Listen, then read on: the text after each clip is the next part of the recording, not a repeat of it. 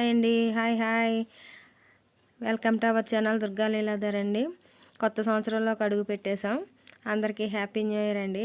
కొత్త సంవత్సరంలో అందరికీ బాగోవాలని అనుకుంటున్నాను నేను. అందరూ బాగుండాలి, అందులో నేను కూడా ఉండాలి. కొత్త సంవత్సరంలో కొత్త వీడియోతో మీ ముందుకు వచ్చానండి. ఫస్ట్ వీడియో ఇది పంపర పనాసకాయ అంటారండి దీన్ని. పంపర పనాసకాయ అంటే ఆరెంజ్ ఇలాగ ఉంటాయి కదా, కమల ఆరెంజ్ ఆ టైపుకే దానికి చెందింది ఇది.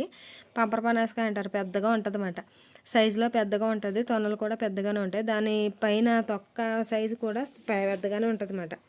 అది వలాలంటే మామూలుగా చేత్తో వల్లేము, కత్తితో ఇలా కోతలు పెట్టుకుని వలాలి. చాలా దలసరిగా ఉంటుంది. లోపల తొనలు కూడా పెద్దగానే ఉంటాయి.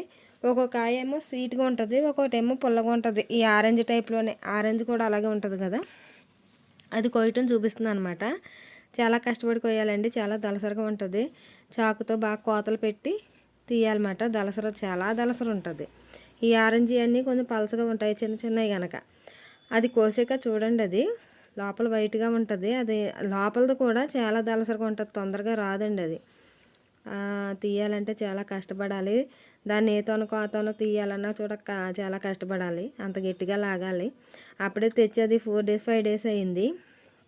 ఎవరో కోయట్లేదు కాడికి, ఇంకా నాకు తప్పదు కదా, నేనే కోసానండి. తీసాక ఒక తొన నోట్లో పెట్టుకుని తిని చూస్తే చాలా పుల్లగా ఉంది. కనుక ఇంకా కోసాం కనుక ఇంకా పక్కన పెట్టానమాట. అలా కొయ్యాలండి అది. అదేనండి. వీడియో నచ్చితే ప్లీజ్ లైక్ చేయటం మర్చిపోకండి. Like and share comment. Please నా ఛానల్ సబ్స్క్రైబ్ చేసుకోండి.